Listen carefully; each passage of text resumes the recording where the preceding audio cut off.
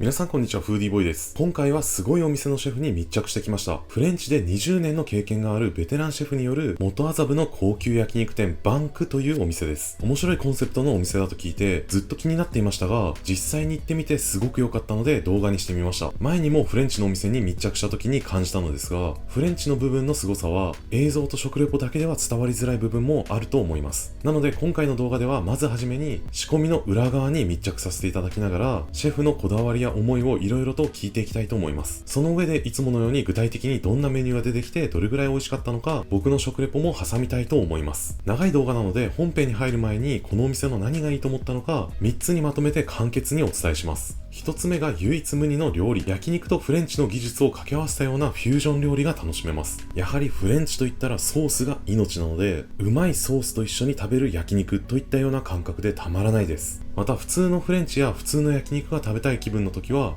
アラカルトで頼むこともできるみたいです。お任せのみの高級店が多い中でわがままな頼み方ができるお店はありがたいです。2つ目が熟成肉。焼肉はただの肉ではありません。お店に熟成庫があって塊で熟成した肉を食べられます。しかもこの塊はなんと自分専用に買いだめできます。まるで旨味が貯金できる金庫ですね。いろんな熟成期間で食べ比べできるのも面白いです。3つ目が特別感。全席個室だそうで、焼き師さんが目の前で完璧に焼いてくれます。また入り口が別になっている VIP の部屋もあるので、常連になって通う価値もあるのではないでしょうか。ちなみに VIP の部屋は熟成肉の塊を買ったら使えるようになる仕組みだそうです。場所としても東京都港区の元麻布という超富裕層が住んでいるようなエリアにあるので、さらに特別感があっていいですね。技術、品質、空間、立地、サービスの全てが良くて、予算は1万円台なのは超良心的な価格帯ではないでしょうか。高級フレンチやフルアテンドの焼肉屋だと3万円どころか5万円してもおかしくない世の中で、この価格帯はありがたいです。そして色々と力説しても、具体的にどんな仕込みと調理をやられていて、どういう体験ができるのか、お見せしないとその凄さがわからないと思います。長い動画でありながら、シェフの思いや高級店の裏側といった貴重な映像が濃縮した内容になっていますので、ぜひゆっくりと本編を見てください。それで赤身なんですか？そうです。これで1番ですね。うわ、すごいな。こんな濃い色になるんですね。すごいですね。エビアレルギーな人が食べたら倒れちゃうような。最高ですね。やっぱり修行は必要派ですか？必要っすね。かっこいいっすよね。続けてる人は。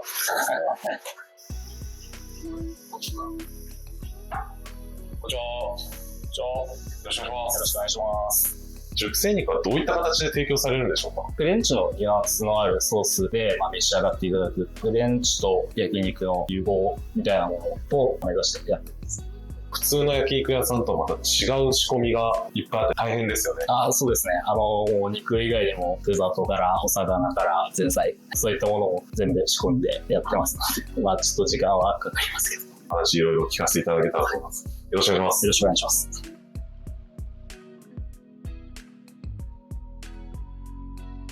それは熟成タンですか？これは熟成タンですね。今2週間今日入った。マックスでどれぐらい熟成するんですか？そうですね。タンに関しては1月以上は入れるとちょっともったいない部分もあるんで。それはなんでですか？空港が必要以上につきすぎるのがやっぱりあるのと、うちではその一番いい状態がその2週間から3週間くらいかなっていう目安でやってますね。熟成がかかりすぎるとやっぱりちょっと油が酸化したような感じになりすぎるんで、結構トリミングするもんなんですね。乾燥してる部分なんで、ここがお客さんの口に残っちゃうとせっかくの熟成タンがもったいないことになっちゃう。えぐみになっちゃうんですかね。口にやっぱり残りますよね。で、ここから取れるのがだいたいここぐらいまでお客さんに提供できるとか、この量なんで、だいたい5枚から6枚取れれば1本で6枚なんですね。だからかなり高級なものではありますよね。トリミングした部分っていうのはやっぱり食べられない。これはもう食べられないです。そこがやっぱ熟成の高いゆえんではありますよね。ほんと、単元の部分しか使わないってことですよね。使わないですね。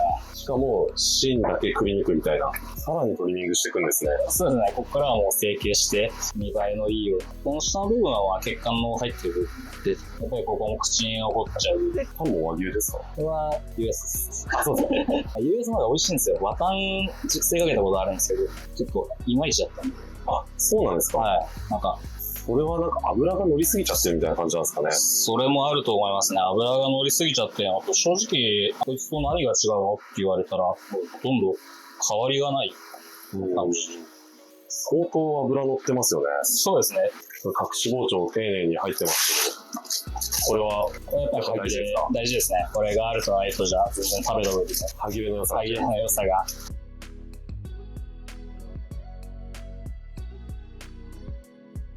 それで赤身なんですか？そうです。これで一応ですね。内もってお尻の方でしたっけ？あ、そうです。うわ、すごいな。こんな濃い色になるんですね。これ今日は何日熟成ぐらいですか？これで今1ヶ月いってないぐらいですかね。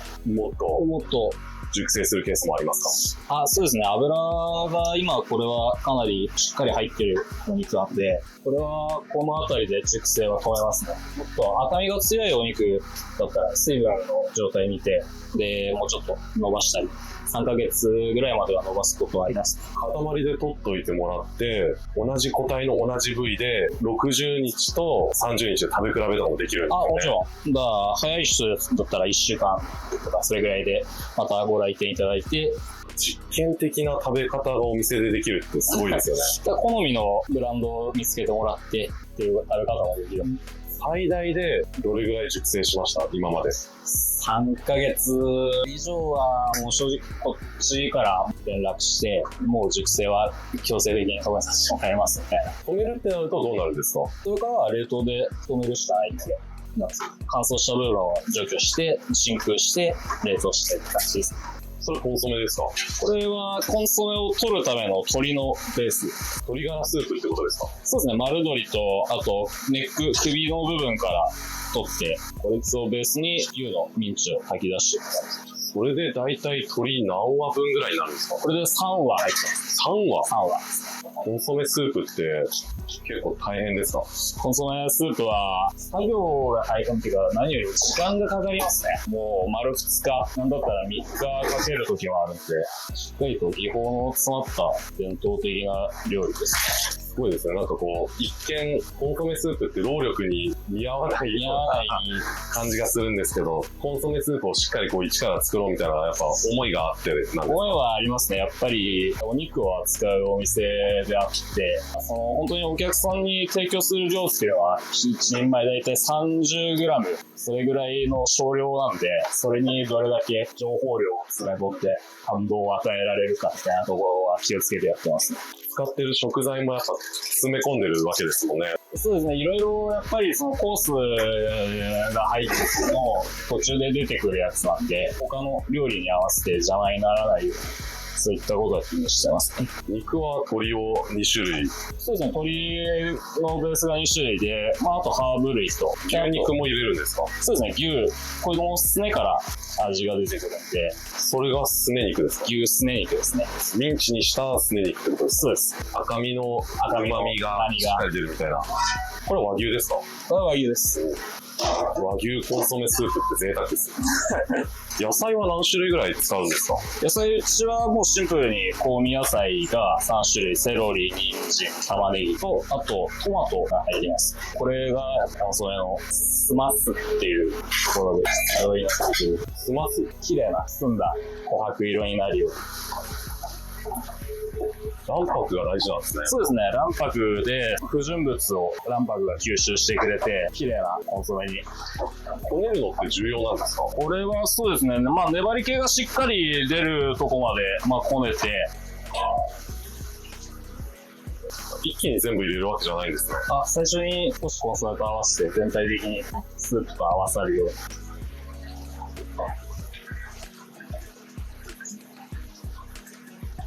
とろみが出てきた感じですかね。これで今、お肉と均等にスープが混ざったんで、あとはもうここは、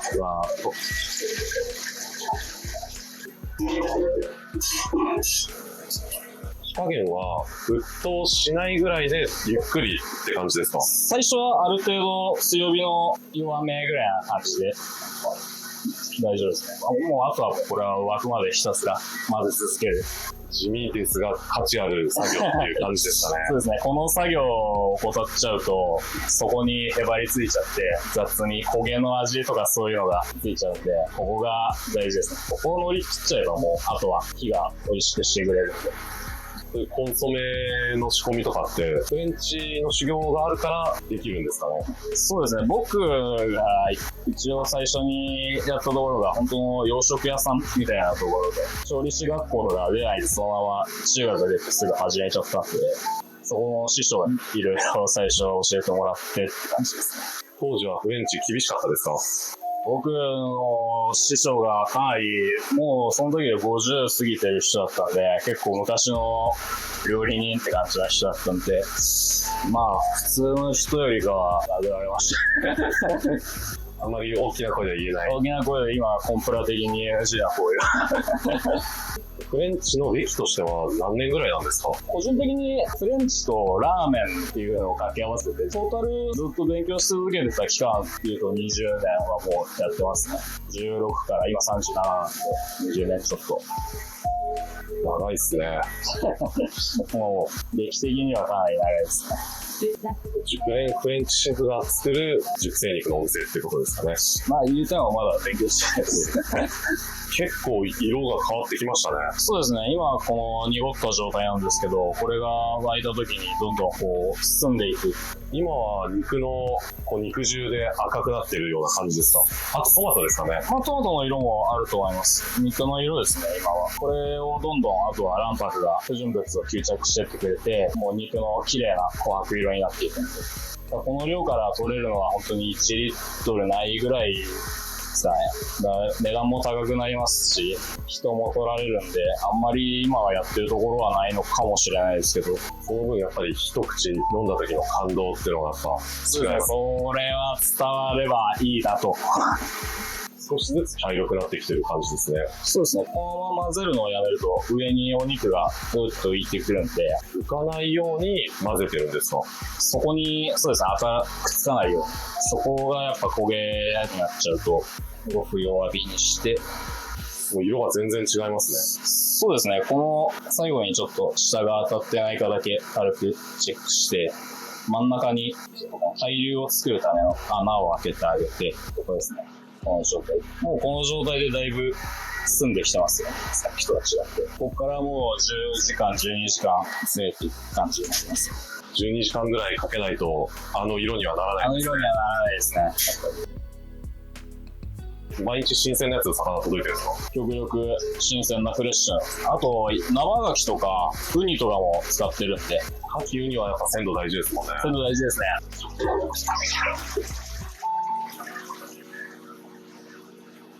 今日はタチウオですか？これはタチウオです。大きいですね。今回のは大きいのかなり大きいですね。肉だけじゃないんですね。そうですね。やれることは基本的には何でも引き出しは出してやりたいですね。魚の扱いはどこで学ばれたんですか？もうフレンチやってる時にひたすら魚をおろす時期もあったんで。ポワレとかで出すことが多いですか？そうですね。今回はタチウオの身のふっくらした感じを出したいんで、今回はバブル蒸しですね。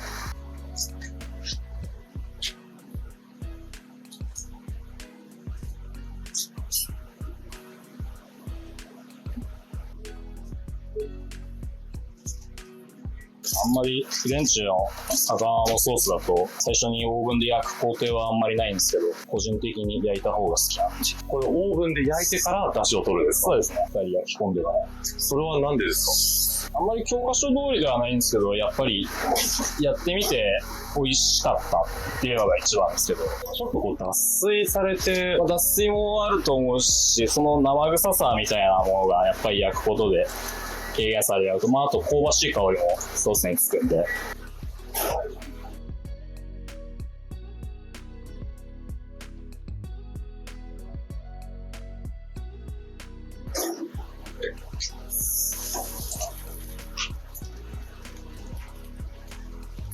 ちゃ香ばしいですね、匂いが。これは、そうですね、あんまりフランス料理だとこうオーブンで焼いてっていうのはないんですけど、今回の料理に関してはしっかりなんか焼き込んだソースの方が美味しかったんで、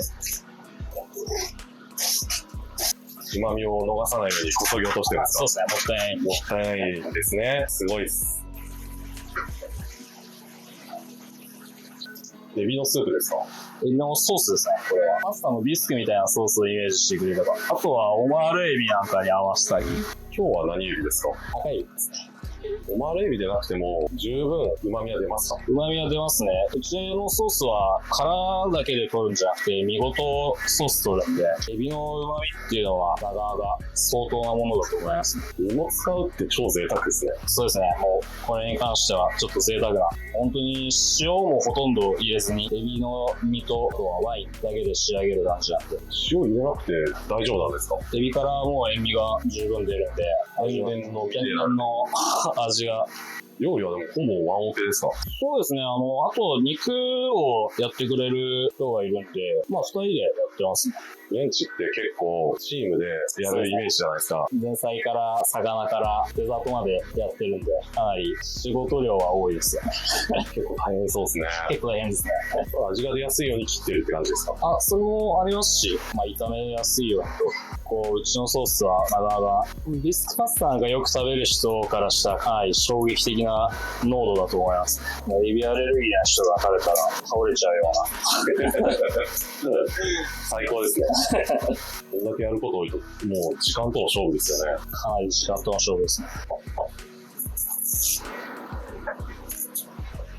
ニンニクも入れるんですね。あ、これはやっぱり結構肝になってくるな。香りですか？香りもあります。まあ香りですよね。こうやっぱ。うちは大森県産のいいニンニク使ってるんで。めちゃくちゃでかいですもんね。それブランデーですか？これブランデーです。ブランデーはどのタイミングで入れるんですか？最後ですか？もう炒めながら入れていく感じです。ニンニクってもう皮ごといっちゃうもんなんですか？皮ごといきますね。最初にしっかりこれでニンニクの香りを出して、それをエビにまとわせる感じで。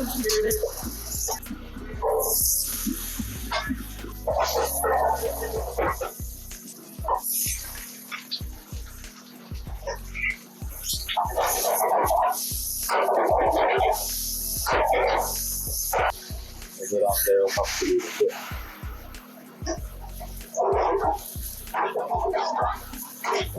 すごいですね。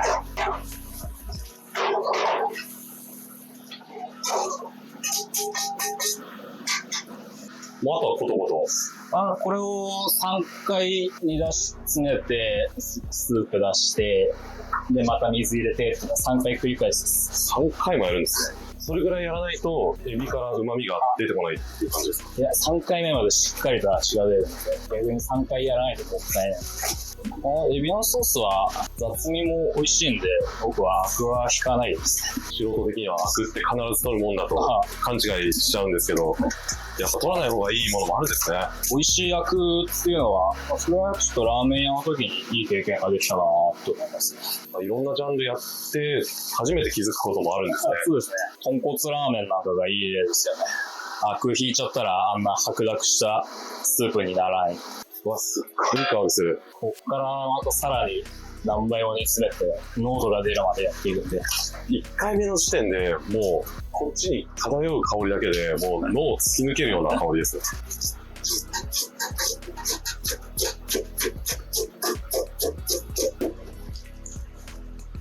一回こしたやつは煮詰めて、そうですね。これにどんどん足して3番までしっかりともう完全にエビの出汁を入れ切って、でそれをシノワでこして滑らかにして、やっぱり砂が入ってることもあるんで、まあもうちょっとでもジャリってしちゃったらね、その時点で食事が台無しになっちゃうんで、そこはもうしっかりと完全にこし切って、こして濃縮して出し取ってこして濃縮してみたいなその繰り返しなんですね。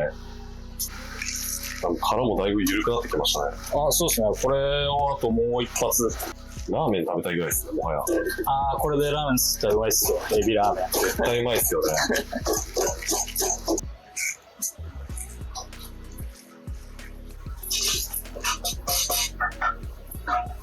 これエビ何尾分ぐらいなんですかね。これで60匹。60匹で何人分ぐらいになるんですか。うちだとそうですね、15取れるかなぐらいなんで、1人4尾分は食べてるんですね。これまた煮詰めていくんですか。まだここから10分の1ぐらいまで、飲むエビぐらいになるまでやります。すごいっすね。やっぱり修行は必要派ですか。必要っすね。なんか、才能だけで、もし才能だけでやれてるやつがいたとしても、多分なんか偉いっす。あんま格好つけて言えないですけど。厚みがありますね。フレンチはもう、やっぱ絶対必要ですかね。本当に動物さらいから始めて、そういう動画でやったやつは、まあなんか、一個一個なんか説得力がありますよね。まあ、かっこいいっていうか、かっこいいっすよね。続けてる人は。3回目。3回目。これで終わりです。あとは煮詰めるだけですね。今回はせっかくなのでフレンチと焼肉のフュージョンが出てくるラトゥールコースを食べてみました。バンクスカンビーノという料理になりまして、スカンビーノはイタリア語で両替するという意味になるんですけども、本日こちらの香川のオリーブ牛ですね、こちらのもも肉、ご用意させていただきまして、こちら大きい塊のお肉の方をミンチャーを使って細かく両替していくといったお料理です。調味料ですが、こちらがウスターソースなんですけども、イギリスのリーペリンといったウスターソース使わせていただきます。こちらとオリーブオイルが混ざると思います。エシャロットですね、細かく刻んで白ワインで煮詰めたものとケーパーを酢漬けにしたものですね、こちらを刻んだものも入れてまいります。マスタードシード、粒マスタードですね、こちらと、あとはイタリアンパセリ、そして黒胡椒を刻んだもの、こちらも入れていきます。まずは和牛のタルタル。香川のオリーブ牛というのはその名の通りオリーブを食べて育った牛です。オリーブオイルのオイルを採取した後の果実を使っているそうで、オリーブに含まれるオレイン酸と抗酸化成分によって脂身がさっぱりと口どけよくなるみたいです。そして代わりに赤身肉の部分の旨味は強くなります。食べてみると確かにベタつく感じは全くなく、酸味の効いたソースの味付けもあってかとても爽やかです。最初の一品はこれぐらい食べやすい方がありがたいです。そしてその爽やかな食べ心地の中にもしっかりと力強い赤身の旨味があり、いろんなスパイスによる複雑な香りによって嗅覚も刺激してきます。なのでさっぱりとしつつ食べ応えのある一品です。またドリンクはワインペアリングをお願いしてみました。1杯目はスパークリングワイン。フランスのロワール地方でシャンパーニュと同じ製法で作られたスパークリングワインであるクレマンド・ロワールです。シャトー・ド・ロレという作り手で、もともとシャンパーニュでワイン作りをしていた人が作っているそうです。なのでシャンパーニュにも匹敵するワインと言われているそうで、飲んでみると確かに桃のような果実味のリッチな味わいに適度なフレッシュな酸がバランスよく飲みやすく飲み応えがあります。そして白い花のような香りも豊かで余韻は心地いいです。複雑に味覚と嗅覚を刺激し、赤身肉の旨味が強いタルタルと合わせるにはこれぐらい飲み応えがあるリッチなスパークリングワインが合いますね。タチウオのルーローソースブイヤベースですね。こんな筒状でタチウオを食べることなかなかないです。ふわっとしたタチウオの食感と、まあ、香ばしい皮目の食感、あと夏野菜ですね。それも、これは軽く素揚げにして、本当に塩だけで、まあ、味付けしたやつ。で、まあ、あとニンニクとサフランの香りで、もう夏のブイヤベース食べるような感じで、そのまま料理にした感じです。次はタチウオ。こちらは火入れが完璧でした。外側の皮目部分はしっかりと香ばしく、それでいて中の身の部分はしっとりふわふわかつジューシーで、タチウオの甘みが溢れ出します。そしてこの魚介の旨味が濃縮したソースによって旨味がぐんぐん伸びて、余韻も長く旨味がいつまでも続きます。タチウオだけだと優しくふわっと消えていくような少し儚さも感じられるかと思いますが、ソースと組み合わせることで食べ応えが段違いです。これだけうまい一品を提供できるなら、焼肉一辺倒ではなく魚介系の一品を提供するのも納得です。さっき作ったコンソメをさらに、これあれですか、ここの上のハーブ類でハーブを蒸留させて、でそのコンソメにハーブの香りを閉じ込めてるみたいな、頑張って作ったコンソメですね。あ、そうです。でこれが香りがもう上に上がってくるカプチーノグラスなんで、ハーブの香りが最初にわーってきて、それを楽しむ。はい。こちらはまさに技術の結晶。この少量ですが最高に飲み応えがあります。まずはワイングラスによって閉じ込められていた大葉、レモングラス、ホジソ、ホワイトペッパーといったハーブの混ざった香りが一気に押し寄せてきて、嗅覚を経由して脳を刺激するような香りです。その次に濃縮されたコンソメによる旨味が今度は舌を経由して脳を揺らすような味覚への刺激です。そして最後に透き通るようなコンソメのピュアな旨味の香りが鼻腔を駆け抜けて余韻として残り続けます。たった一口でこれだけのことが起きれば少量でも飲み応えは抜群です。ただ単に味を重ねるだけではこれほど複雑な味わいを表現することは難しいと思います。いろんな素材の旨味、香りを最大限に引き出しているからこそできる味わいだと思います。そういう意味で技術の結晶と言えるような一杯ではないでしょうか。ここからはいよいよ焼肉が出てきます。肉はすべて専属の焼き師さんが完璧の火入れで焼いてくれます。ご挨拶送りました。焼き師さんですか？そうですね。よろしくお願いします。お願いします。焼きは大貫さんが全部やられてるんですか？テーブルにお願いしまじゃあ専属の焼き師さんなんですね。す。そうですね。これがさっきの熟成タンですか？そうです。2週間熟成ですね。一緒に食べてもらう薬味の部分には白髪ネギシブレッドとシソパープルっていうマイクロシソ。次は牛タン。こちらの牛タンは熟成しているのもあってか旨味が濃縮しています。そして新タンを使っているからか油がジュワジュワ出てきます。表面に包丁を入れているのでこれだけ熱くてもプリプリとした弾力を感じながらもザクザクと歯切れよく噛むたびに油の乗った肉汁がジュワジュワ出てきます。まるで牛タンのステーキです。白髪ネギとレモンベースの爽やかなソースがさっぱりとした調和になっていて牛タンの力強い旨味と油と相性が抜群です。焼きの大変さってどういうところにあるんですか？やっぱりお客様の好みの焼き加減があるので、それこそ会話してお好みとか聞きながら、常連さんとかでしたらお好みは分かるんですけど、初めていらっしゃる方はちょっと探り探り自分がどうしてもレストで焼いても結構レアが好きな方とか少しウェルダンメが好きな方とかの人それぞれのそこはやっぱり個人に合わせて焼きたいなと。牛タンのその新タンとかだったら結構しっかりめに焼いた方が油がこう出てきてカリッジュワみたいな感じになるじゃないですか、一方でちょっとレアめだともうちょっとこうグニグニっとした感じになります。油の感じ方がだいぶ変わってくる。おすすめはどういう？僕はやっぱり外カリッと中がちょっととろっとしてるミディアムレアぐらいですか？タンはやっぱり少しサクッていう食感してから中が柔らかい方が人気、好きな方が多いので。そんな牛タンに合わせるのはまさかの白ワイン。フランス・ロワールのドメーヌ・ヴァンサン・ドゥニという作り手によるシャルドネが主体の白ワインです。普通は肉に合わせるなら赤というイメージだと思いますが、今回はこのレモンベースのソースとマリアージュするようなペアリングです。確かに飲んでみると柑橘系のような果実味があり、レモンのソースでさっぱりとした口の中になっているところにこの白ワインで追いかけると2つの果実味が混ざり合うような味わいになって相性抜群だと思いました。普通の焼肉だとペアリングの幅も限られてきてしまいますが、こういうペアリングができるのもフレンチ×焼肉といったフュージョン料理ならではで楽しいです。ラムのカイエット、フランスの家庭料理、網油で包んだもので、そういうハンバーグみたいなものですね。で、中にオニオンコンフィとドライトマトのオイル漬けを叩いたものを上に乗せて、でそのまま網油にくるめます。次はラムのカイエット。こちらはトマトの酸味による調和がすごいと思いました。網油とラムの肉汁がブワーッと溢れ出すような一品ですが、程よい酸味と濃縮した旨味のトマトによってさっぱりかつコクのある調和になっています。フランスの田舎の家庭料理が出てくるような引き出しの広さはさすがです。うわ、これはフォアグラ？これはフォアグラですね。焼肉屋さんであんまりフォアグラを焼いてるところっていうのはちょっと調べたところなかったので、初めてだな。炭焼きにするんですね。そうですね。もううちももは本当に中は火を通さない状態で、結構淡白な部位だからこそちょっとこう油をフォアグラの油で細くするようなイメージ。細くしつつレアめで焼き上げる。レアめで焼き上げる。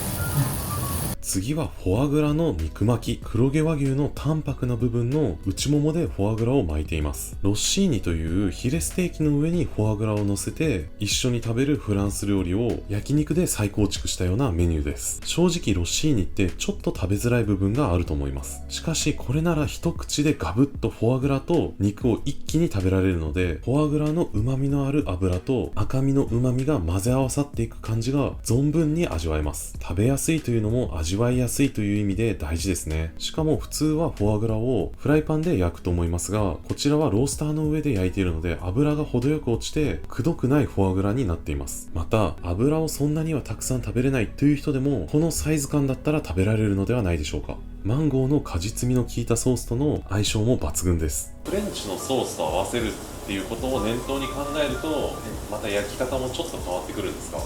そうですね、フレンチになると少しやっぱり繊細にはなるので、同じタレとかお召し上がりいただくよりはソースに合わせると少し変えたりしてます。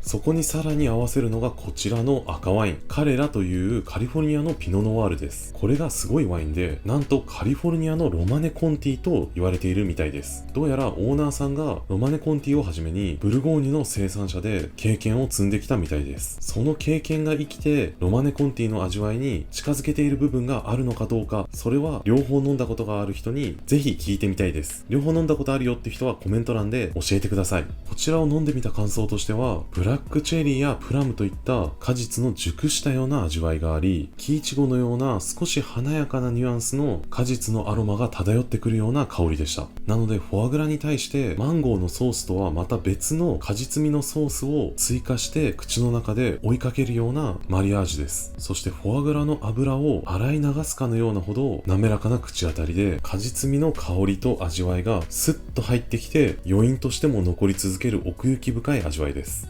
これは今メインの前に少し口の中がフォアグラでもったりとしてるところです思うので、大葉と梅酒のグラニテを用意しました。大葉の香りと梅の酸味によってさっぱりと爽やかにリフレッシュします。軽やかなのでお腹いっぱいになることなくリフレッシュできてありがたいです。そしていよいよメインの1ヶ月熟成のイチボのステーキです。